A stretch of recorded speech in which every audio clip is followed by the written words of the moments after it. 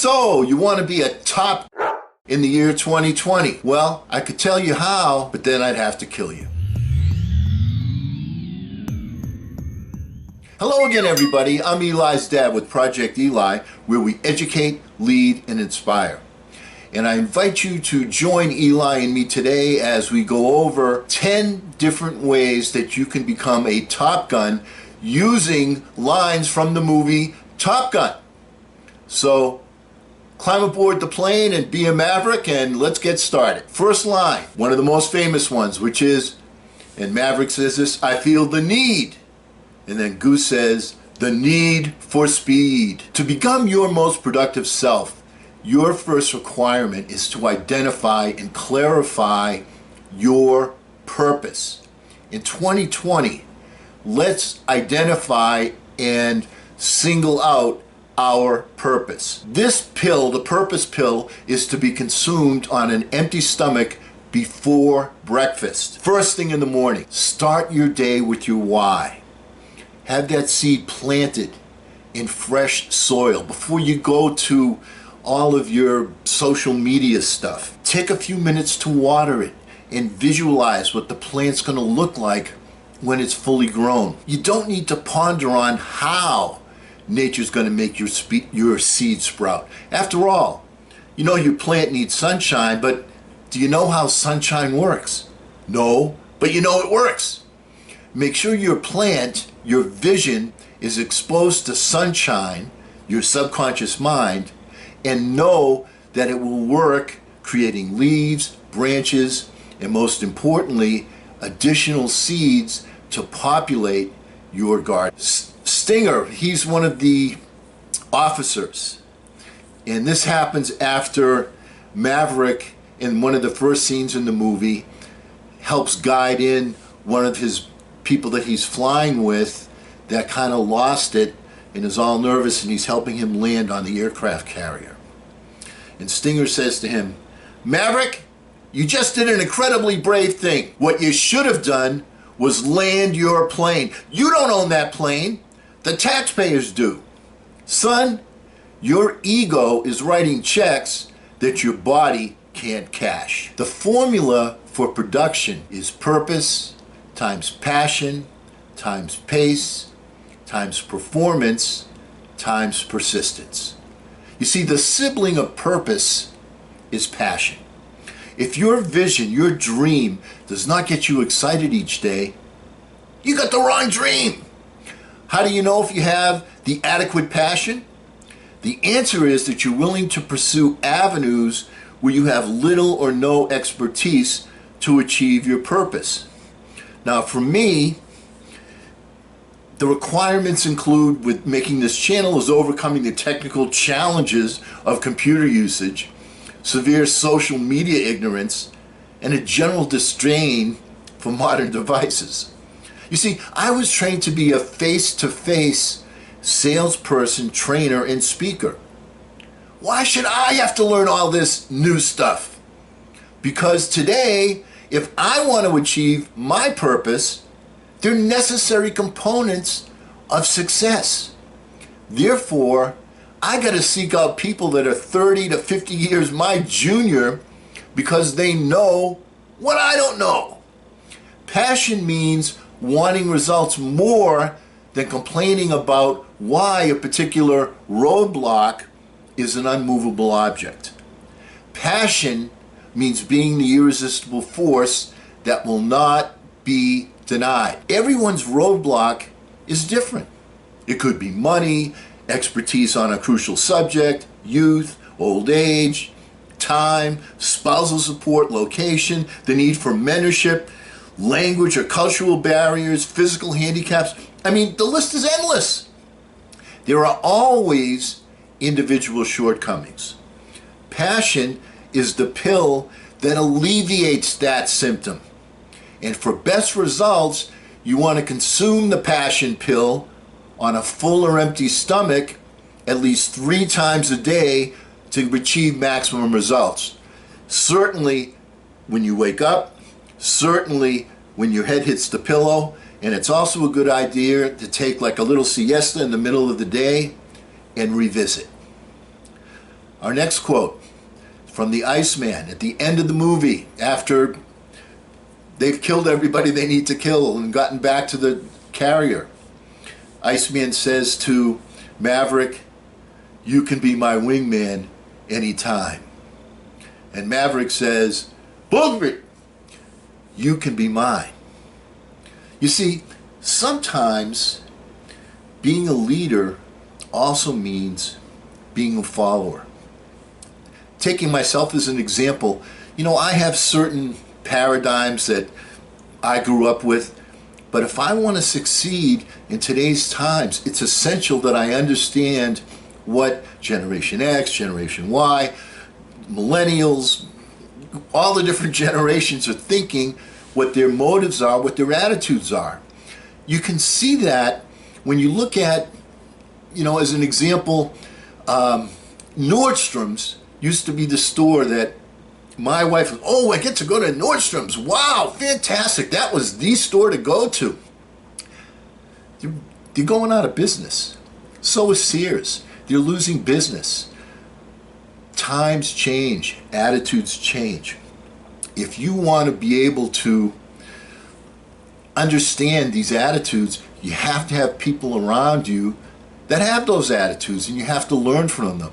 So, sometimes somebody else is your wingman, and sometimes you're the wingman. In the beginning stages of the movie, when Maverick is training, he's up in the air and he's going and he's trying to knock out one of his instructors, a guy named Jester. And so Jester says to him after he gets killed in the mock, Jester doesn't get killed, Maverick gets killed in the scenario. Jester says to him, that was some of the best flying that I've seen to date. Right up to the part where you got yourself killed. What's the point here? Well, you've got to perform. All of the mental aspects are useless without action.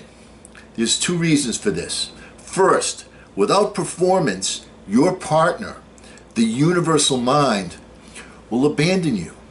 It's said that we think 60,000 or more thoughts every day. The universe will only partner with you on an obsessed thought. You must distinguish this one of 60,000 thoughts with action to maintain the interest of the universe. Action separates a casual thought from a magnificent obsession. It shows commitment. If you're not fully committed, then why should your partner, the infinite mind, be fully committed? If you don't distinguish with action, you will extinguish the universal alliance. Secondly, when you perform, you allow the universe to GPS you to success. You're not going to get everything right the first time. Only by performing will you learn what works and what needs to be changed. With each subsequent performance, we become more skilled at our crafts. And the best way to learn is to perform. You're going to take your lumps. We all do. But remember this, to become effortless in anything requires significant effort. Your focus must not be on what you are, but through continuous performances on what you will become. All right, and of course, one of the more famous lines from Maverick when he's talking, he's in a meeting with Charlie, the female lead in the movie. She asks him a question and he says, "It's classified. I could tell you, but then I'd have to kill you." Here's the point. One of the things in terms of being a leader is you have to be responsible for the productivity of your team. Bob Anderson, one of my mentors, had a really great rule of thumb that I think you ought to embrace. And his rule was this: you are responsible for the person directly above you in the hierarchy and directly below you in the hierarchy. So as an example, when I was training my leaders, when I was in the insurance business, occasionally, they would be out in the field. As the leader, I wasn't out in the field. I earned that position by being out in the field, but once I became the manager of the office, I was training people. That was my job, and my leaders were out in the field as well as being trained to become future managers. But one of the things is they worked on commission, and if they weren't writing business in the field, needless to say, their attitude started to go like this. So one of the things that I had to do when one of my leaders was in a slump was I had to hop in the car with them and make sure that they were making their money. So what we would do is I'd hop in the car and we'd go out and we'd call the presentations, we would call them sits, all right? And the objective was to have at least 2 or 3 sits is a really good evening, all right? Have 3 sits where I would take the first one and they would watch me.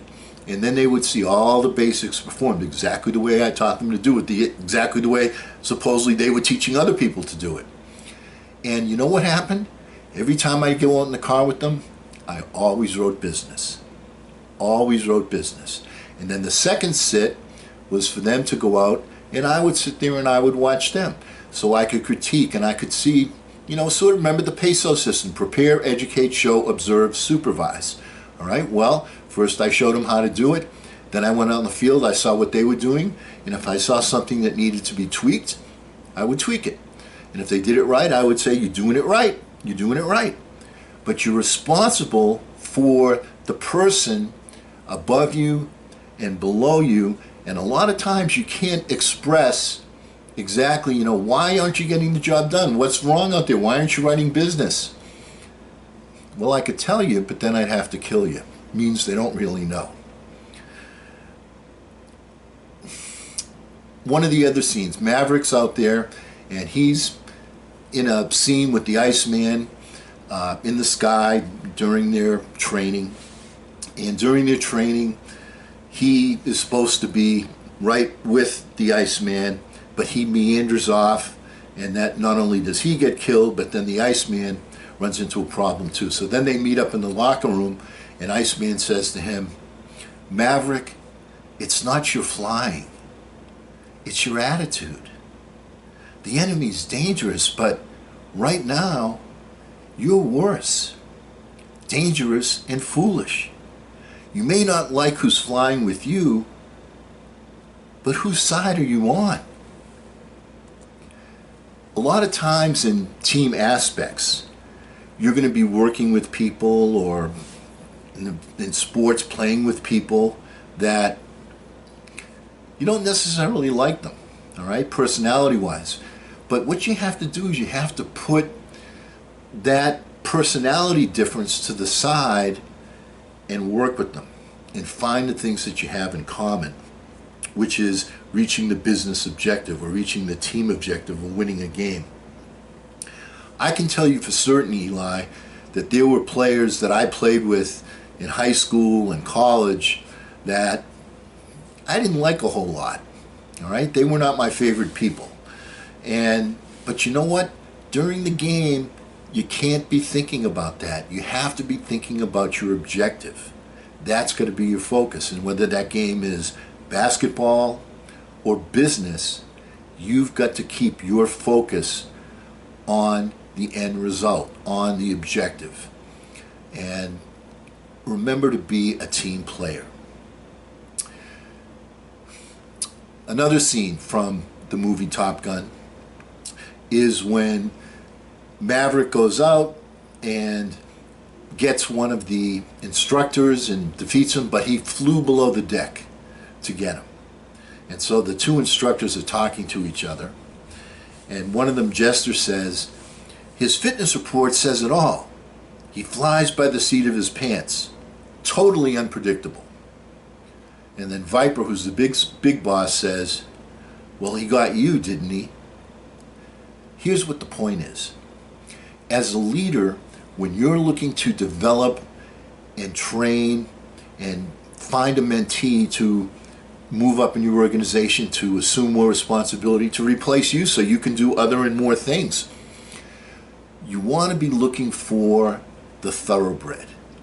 And one of the characteristics of the thoroughbred that you're going to find is that the thoroughbred tends to really kind of skirt the rules a little bit, but they do it with the knowledge. They work by the seat of their pants. They have instincts. That's one of the things you look for in a person that you want to develop, is you look for their instincts. And people that have instincts, as we said, frequently are right on the fence as far as following the rules are concerned. Now, the good leader has to, those are the people you look for. You're not looking for the grazers. As Bob Anderson said, I look for the thoroughbreds, I ride them hard, I dig my spurs into them, and I get them to go forward. The grazers are the ones that, if you leave the corral fence open, they stay in the corral. They don't try and get out. It's the thoroughbreds, it's the spirited thoroughbreds are the ones that you really want to develop. That's the person that you're looking to develop. However, when you're choosing, all right, and this is one of the things that separates the good leaders, is like choosing the right people. On a football team, the general manager is the one that chooses the coach. He might have all the great players, but if the coach is not up to the task, the general manager has failed. He may have accumulated all these great people, but you have to have coaching. There has to be cohesiveness. There has to be chemistry. And you have to make the judgment as the leader, can this person be harnessed to do the right thing? You want the spirited person, but sometimes people are too far out there. And that becomes a situation, a judgment situation. And sometimes it's difficult to choose judgment, but you look for little things and you point out and say, look, if you want to do this, then you have to be able to follow this rule. I'm not saying not to be resourceful. I'm not saying not to take chances. But what I'm saying is you have to be careful and you have to be smart about it. And as a leader, choosing the people that you want to work with to develop is you looking for the thoroughbreds. You're looking for that person that has instincts, that can do things by the seat of their pants. In another sequence, Goose says to Maverick, he says, every time we go up there, it's like you're flying with a ghost. What does that mean? Well, people that just are constantly looking in the rearview mirror, that are afraid to do things, that, can't make forward steps because they're always looking in the rearview mirror. They're always looking at their history. They're always looking at their past failures. Well, here's a rule of thumb for you. In order to make history, you have to overcome history. You have to say to yourself, you know what? What's past is past. If I want to move forward, if that's what I'm thinking about, I'm not going to get this job done.